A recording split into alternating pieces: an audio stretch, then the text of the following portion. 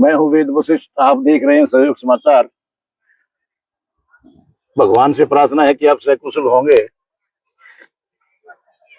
आज चर्चा करेंगे, क्या हरियाणा सरकार और भारतीय किसान यूनियन या किसान संगठन दोबारा टकराव के मूड में हैं?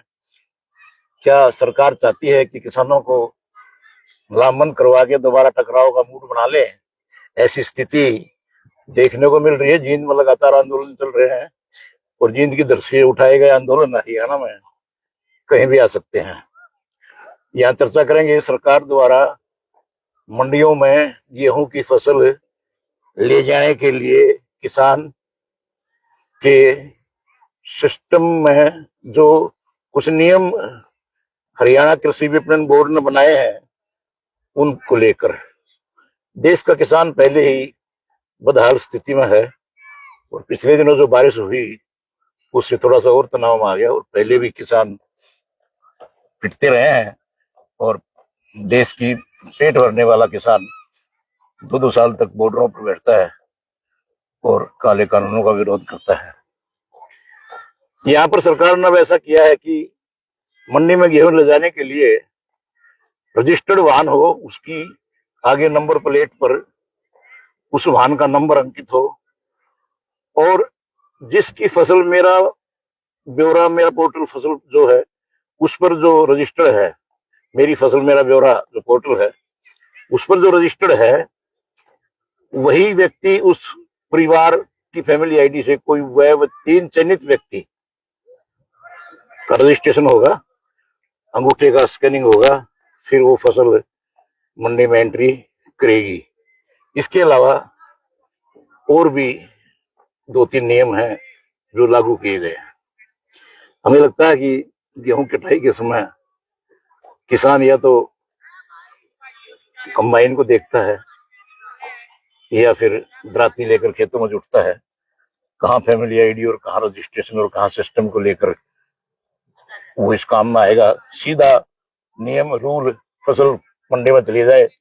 जो नियम है 12% की, जैसे कि 12% का कोई भी इस तरह का उसमें नमी ना हो, उसके आधार पर फसल को एमएसपी रेट या जो सरकार का रेट है उसको तरीके से खरीद लिया जाए और किसान की समय पर फसल खरीदी जाए, समय पर फसल बिक जाए। ये सबसे बड़ी बात होती है। लेकिन यहाँ पर हरियाणा कृषि विपणन बोर्ड ने एक पोस्टर हम डाल रहे हैं वीडियो में साथ साथ, उसने कुछ ऐसे नियम बना कर दिए हैं जिससे किसान बेचैन है, किसान परेशान है और लगातार मुख्यमंत्री से मिलने की बात कही जा रही थी। मुख्यमंत्री ने भी उनसे मिलने का समय व्यस्त होने की वजह से नहीं दिया। वैसे हरियाणा के मुख्यमंत्री चौधरी देवलाल की राह पर चलते हैं और वो हर व्यक्ति से मिलते हैं तो किसानों से जरूर मिलेंगे, ऐसा उम्मीद है। लेकिन वो व्यस्त होने के कारण किसानों से मिल नहीं पा रहे हैं और अंडरग्राउंड अब एक आंदोलन का करंट चल रहा है। गांव में किसानों से बात करते हैं। मंजीत नामक किसान का कहना है कि ये चीजें तो सरकार ने लिखी हैं, ये तोपी गई हैं। और अजीत सिंह का कहना है कि सरकार को फसल मंडी में जाने के लिए जो समय दिया 6 से अर्ली मॉर्निंग 6 से 8 बजे तक का गेट पास मिलेगा और फिर जाकर फसल सत्यापन होगी, फिर उसकी नमी चेक होगी, फिर उसको बेचा जाएगा। इन परिस्थितियों में किसान परेशान हो जाता है।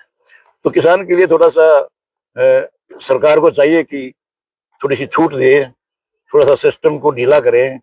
ठीक है, पोर्टल पर रजिस्ट्रेशन है, कितने एकड़ का है, कोई भी लेकर जा सकता है फसल को। सबके पास वाहन नहीं है, सबके पास ट्रैक्टर नहीं है, किसी और किराए पे ट्रैक्टर को लेकर आदमी जाता है तो रजिस्ट्रेशन होगा। किसानों का यह भी मानना है, एक किसान के कृषि विपणन अधिकारी ने नाम ने अपने एक बताया है कि सरकार इस नियमों को इसलिए थोड़ा सख्त कर रही है क्योंकि हरियाणा में अपने किसान रह जाते थे, उनकी फसल बिकनी रह जाती थी और बाहर के स्टेट की फसल बिक जाती थी। जैसे उत्तर प्रदेश या उत्तराखंड से आने वाली फसलें हरियाणा की मंडियों में बिक जाती थी। ऐसा सरकार कर रही है, जैसा कि माननीय दिमाग में लोगों ने बताया है कि सरकार इस काम को लेकर ये कर रही है, किसान को परेशान नहीं करना चाहती है। तो देखते हैं क्या होगा। किसान और सरकार फिर टकराव के मूड में है क्या सही समय पर किसान फिर व्यस्त हो जाएंगे आंदोलन में? जो फसल मंडी में बेचने का समय है और कटवाने का समय है, उस महत्वपूर्ण समय से निकाल कर आंदोलन कैसे करेंगे किसान? तो सरकार को किसानों ने मांग की है कि थोड़ी सी ढील बरती जाए और किसान को सीधे साधे तरीके से उसकी फसल खरीद ली जाए।